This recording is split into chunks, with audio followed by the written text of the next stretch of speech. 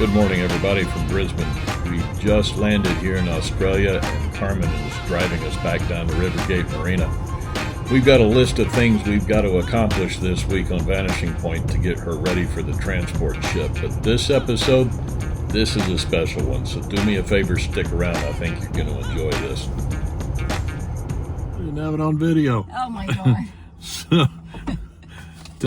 How was your experience driving from that side of the car? I never want to do that again. Never. Never. I'm surprised we made it back in one piece. I was pretty bad, I have to admit. I thought I would be better, but I knew it was hard, but I didn't realize how, like, driving, I was in the wrong side of the road, basically. It was entertaining. Okay.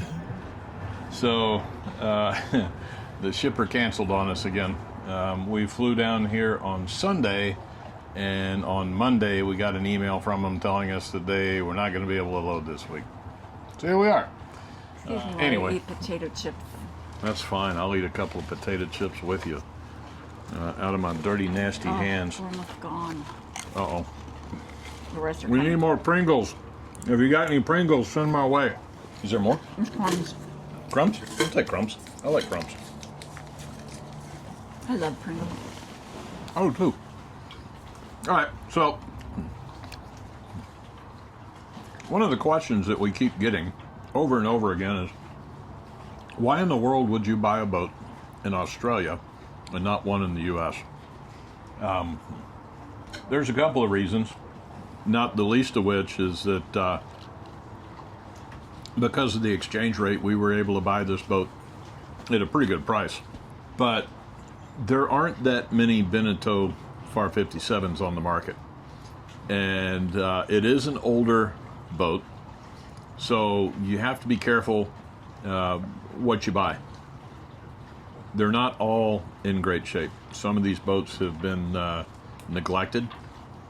Anyway, we did find a very nice boat right down the road from us in California that we were very interested in. And it was equipped very similar to this boat. We didn't feel that the price was right for the boat. We felt that that gentleman was asking quite a bit more than what we were willing to pay for the boat. There were a couple of others over on the East Coast, but quite honestly, transporting a boat from the East Coast of the U.S. to the West Coast doesn't cost any more than transporting a boat from Australia to the West Coast. So it expanded our horizons a little bit, and I happened to be flying a work trip down to Brisbane a few months ago, many months ago now, and I contacted a broker for this boat that I thought looked really good on paper, and I wanted to see it. So reached out to the broker. He happened to have some time that day while I was in town. I was only in town for one day, and it just so happened that it was a day that a cyclone was coming through Brisbane. So people were kind of shutting their offices down, and roads were pretty bare. Everybody was kind of hunkered down inside. But he was willing to show me the boat. So we came down, we met at the marina, and I was immediately impressed by the amount of work that the previous owner had done on this boat. It was very obvious that he wanted to go cruise this boat. There's some things on this boat that you just don't see on any Beneteau FAR 57. Things like the hardtop that we're sitting under right now. Everything has been gone through on this boat mechanically. Mechanically, this boat is about as sound as they come. It is a fantastically maintained boat, and he was doing everything he could to improve just about every aspect of it. What he had not gotten to yet was the cosmetics. Things like the hull paint, the upholstery on the interior, the floors. Some of the woodwork is in bad shape. Not that it's not serviceable, but it was dirty, and it was rough and scratched and dinged, and there were just some things that needed to be touched up. and he hasn't gotten to that yet. But I was very interested, and I went home and I told Karmen about the boat, and you immediately said, "Let's go look," right? Yeah. So we got on an airplane and we flew down a couple weeks later. Yep, and called the broker again, told him we were coming down, and you were just as impressed with the boat as I was. Yeah. We looked at several Beneteau 57s. There aren't that many on the market, but we did find a few to look at. How did this one compare to all the others to you? I think there were just things about this one that I prefer to the others that we saw. The helm station, for one. I love that it's out of the way. The other one had it right back here. Yeah, we would not be sitting where we are right now if we were on a boat that had the helm on a binnacle. It takes up a lot of space in the cockpit. We really prefer the forward station. I know there's debate on that both ways, but for a cruiser boat, you see that in the Amels. Some of the Oysters are the same way. The Hylases, some of them. I really prefer the forward helm for a cruising boat. We're not going to be racing this thing. When I started doing the research, so I flew home after that first trip, or the second trip down when you came with me, when we decided that it was something that we were seriously going to consider. And I went through the spec list on the boat. I was immediately impressed with the amount of work and the amount of money that had been spent on this boat. And I realized right away that the only thing we have to do, aside from some very minor things like solenoid valves on a toilet, that kind of thing, the only thing we really had to spend money on were the cosmetics. We need to get the hull painted, and we don't have to do that. We could take the boat and go right back to LA if we wanted to, but we're going to go ahead and spend the money and get the cosmetic stuff done right away. We're going to get it painted, get the upholstery done, things like that, and it's going to be a very, very beautiful boat. But then I started digging into the history of the boat. I wanted to know what the history was. The broker told me that the boat had never left Australian waters.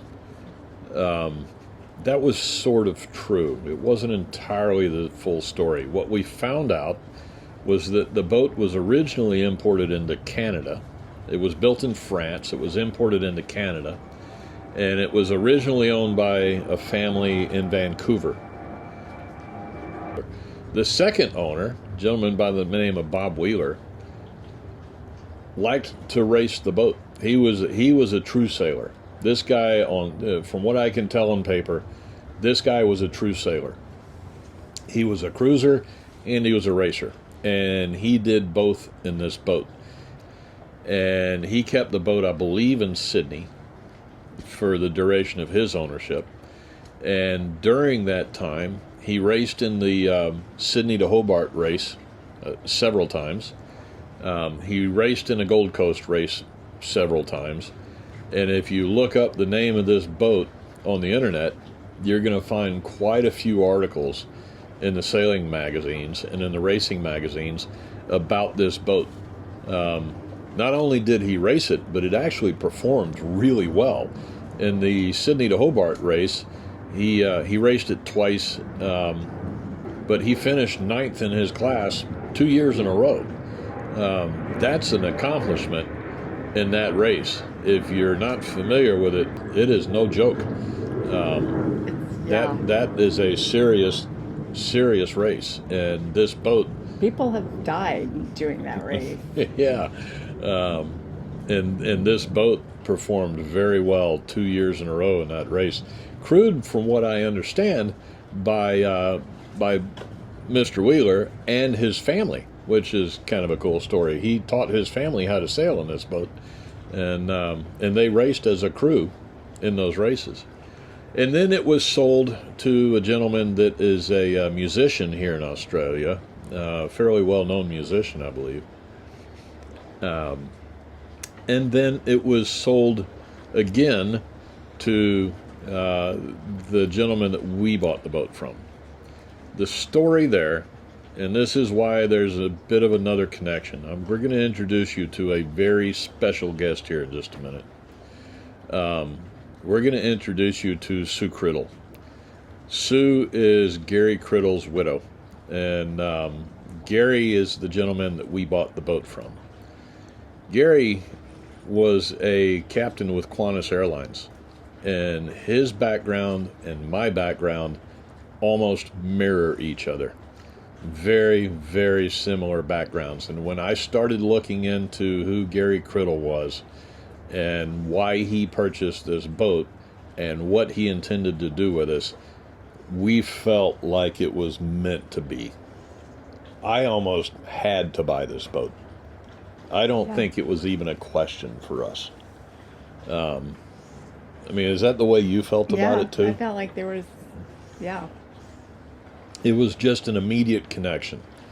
Sue Criddle is now. I hope she can. I hope she thinks the same way, but I think that we're going to be very, very close friends from here on out. I think she's really happy that we're the ones that are taking it to continue what Gary wanted to do.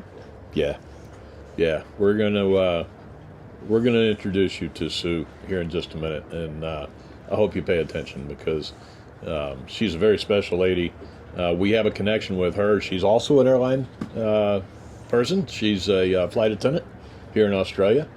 So if you see her out there, say hi. She'd probably like to have somebody say hi to her off of this video. But yeah, let's go introduce you to Sue. So just to introduce everybody, so we've got a very special guest on board the boat today. This is Sue, who we bought the boat from. Sue contacted us when we were in the middle of the purchase process because my email kind of triggered something with Sue. It could have been 737. Exactly. something Boeing related. Yeah. But through the conversation, and we've learned this through the purchase process. We weren't aware of it when we first contacted the broker, but what we learned was the gentleman that we bought the boat from is Captain Gary Criddle, who was a longtime captain with Qantas Airlines. That's right. And we just happen to have some very similar backgrounds. So. Similar, it's funny, Chris. Actually, it's a little weird, isn't it? Yeah, it's a little strange. Yeah. But what I was hoping was to just introduce you to everybody and have you tell us a little bit about Gary, and about maybe a little bit about his history, because I know that we flew the same airline or the same airplanes at the airline. Yes.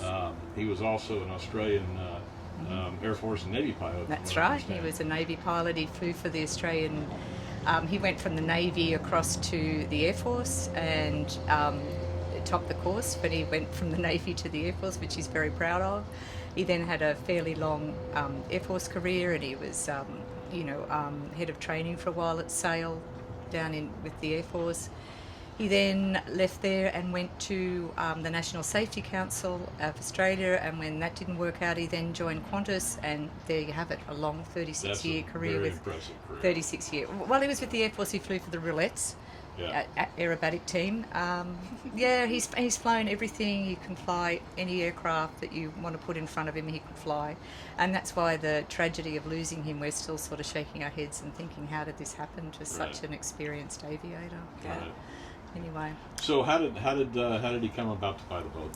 Buying the boat, it was one of these dreams he had. He thought, I want to buy a boat, I want to do some sailing, especially in retirement. So it was like a retirement dream.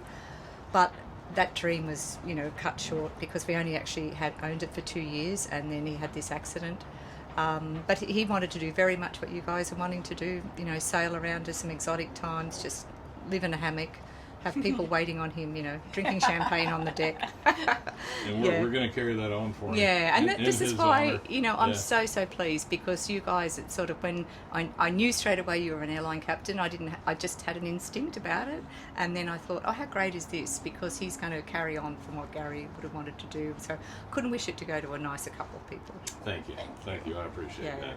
Yeah. It's really fun to learn because as much of a tragedy as it is that he's not here to do it himself. Yeah. Just the idea that we have such similar backgrounds. Oh, it's we flew uncanny. the same airplanes. We were both 737 pilots. We Yeah. were both 7576 Yeah. pilots.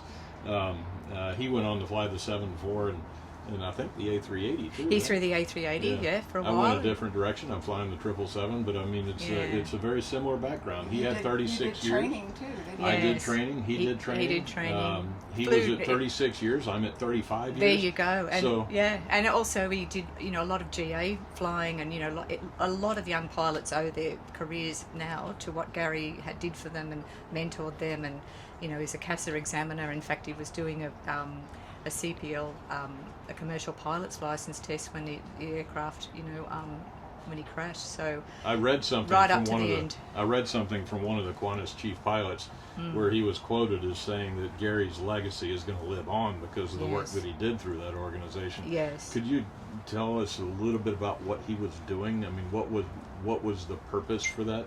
Oh yeah, he would do. In Australia, you have to have, and I think it's probably different in the US, but they have to have a civil. So he transitioned a lot of the military pilots through that over to give them a civil rating, so that they could apply to the airlines. And that many young pilots I fly with now still say, "Oh my God, Gaz was, like there's no one like him." I said. Yeah. So it has been left a little bit of a hole in the aviation world, definitely. Well, he, I looked him up online because I got so curious after we met the first time, and he has quite a reputation. Definitely. Never afraid to take that hard line, goes, fiercely loyal to his friends and work colleagues and any of the crew. I mean, all the flight attendants who they really, really miss Gary because he was always had their back. So now there's a bit of a gap there with Qantas, with somebody having their back of people. They say, "Well, I wish Gary was here." I'd go, "Yeah, I know." He never was afraid to take a step forward, even if it was a little bit out of line. Right. Yeah. Yeah. So we asked Sue if she would bring a picture of Gary along. So That's perfect. yeah, that's the one of him. That's quite a while ago now because they've gone to narrow bars. He didn't wear glasses, and that's us when we first met virtually. Yeah. That's another one of him. Yeah, That's a good picture. Yeah, great photo, and that was the day we were married. Love that. Yeah. Yeah. And that's what he was like. So that's what he meant to me. He always made me laugh. Yeah. Yeah. Yeah, So what our intention is, we're going to take one of those pictures and we're going to have it framed and we're going to mount it permanently in the boat. Are you? So he's going to go sail with us Oh. when we go sail. So in his honor, we would love to do that. He wanted to go around the world in this boat. We're going to try and take him. Oh, that And is. he'll be a permanent fixture on the boat going forward. Oh, that's so- so touching. Yeah. Damn, I'm a marshmallow. Me too, Karmen. Yeah. That's just so lovely of you, Chris. Yeah, absolutely. I'm so appreciative of that. Yeah, we'll get some pictures once we get the picture mounted downstairs. We'll send you a picture of that, Oh, fantastic. and we'll take him with us. Oh, So he would love that. yeah, I thought he might. Did you like sailing with them? I mean, did Oh, you guys get to go places? the only trip we did was because we only had the boat 2 years, so the only trip we did was to bring it from Melbourne to Brisbane. Okay. That was quite an experience because I'm an experienced sailor, so quite a few things I'll be like, oh my gosh, he said, no, it'll be okay. He was very competent, and he was very competent with navigating and very competent with the sailing, and I was just like, what's going to happen now? So I needed a lot more time to settle into the boat, which we never got, so that's all right. We've loved Brisbane. I almost hate to leave Brisbane, but I'd like to stay longer. You can. But yeah, I would love to. I'll send you a note. All right, there you go. I'll write to you, Chief Pilot. So it's a lovely boat, and we can't wait to get it back and start putting our touches on it. But Gary is going to go with us. Oh, look, So- and all those touches that you're going to do, I can't wait to see. Yeah. It'll be absolutely Yeah. amazing. I will Yeah. come and visit. Okay. Right, I hope you do. Yeah. I hope you do. Yeah. I'll come over.